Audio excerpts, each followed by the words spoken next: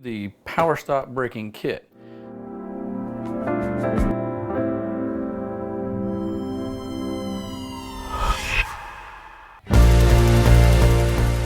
What's up everybody? Welcome back to Overland Trails, and if you watch the channel at all, you know we're about two things: solving problems and taking awesome trips.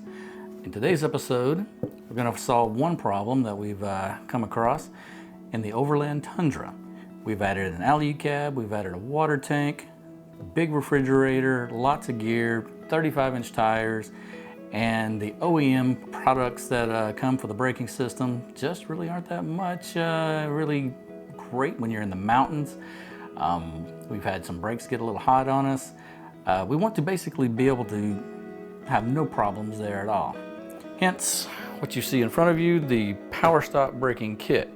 Some of the key benefits of this kit comes with ceramic brakes, comes with a little bit bigger rotor and slotted and vented.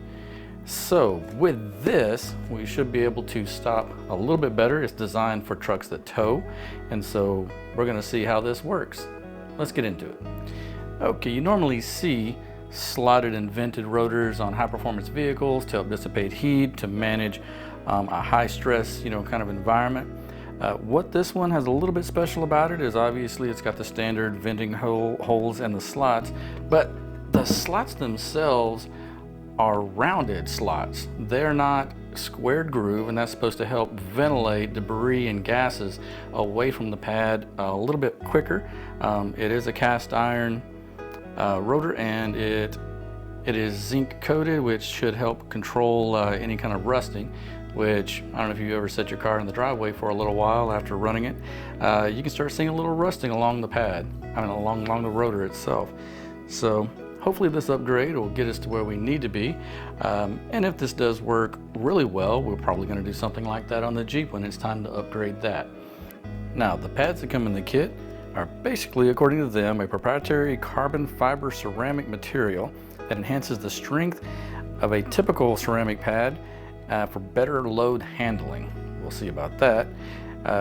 Obviously, ceramic pads do the typical thing. They're low dust. They work really well with drilled slotted rotors because they help dissipate heat. They don't build up a lot of heat like carbon ones do.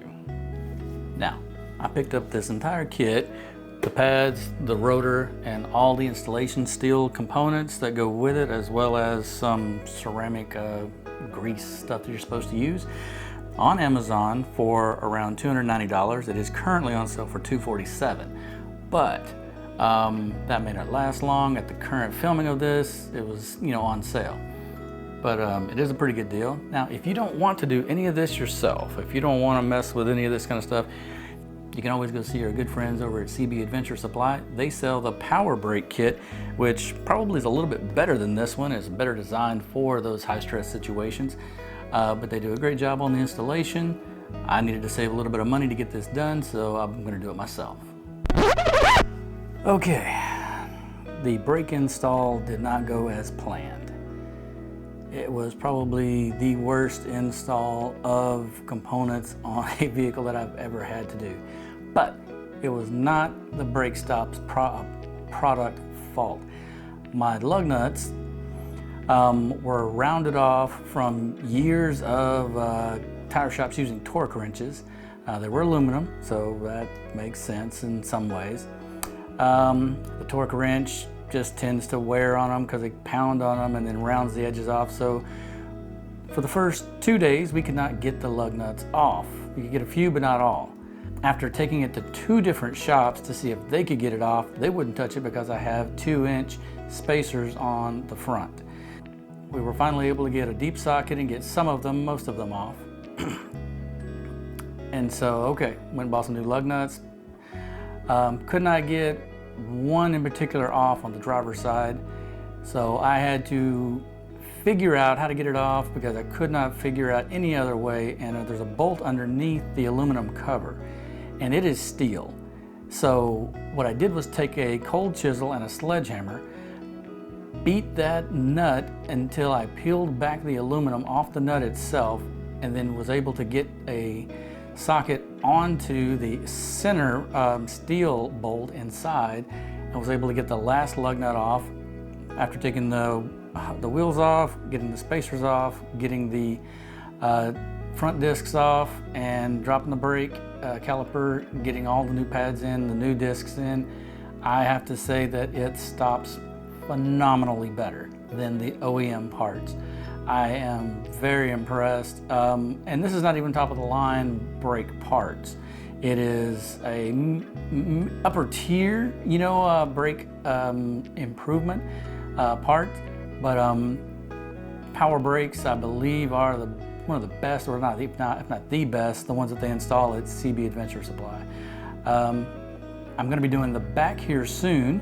One word of caution: whenever you do put new brakes like this on, and there's a break-in process that they have where you drive like 30 miles an hour and come to a dead stop like 4 times, and then you do another speed and you stop a couple more times. I don't have the sheet here in front of me to tell you all the different steps, but it's basically 3 separate stop and start steps that help the brakes heat up. And you drive around for about 10 minutes, let the air cool the brakes off naturally, and then that sets the brakes, the pads in with the brakes, breaks everything in, and that way it stops easily.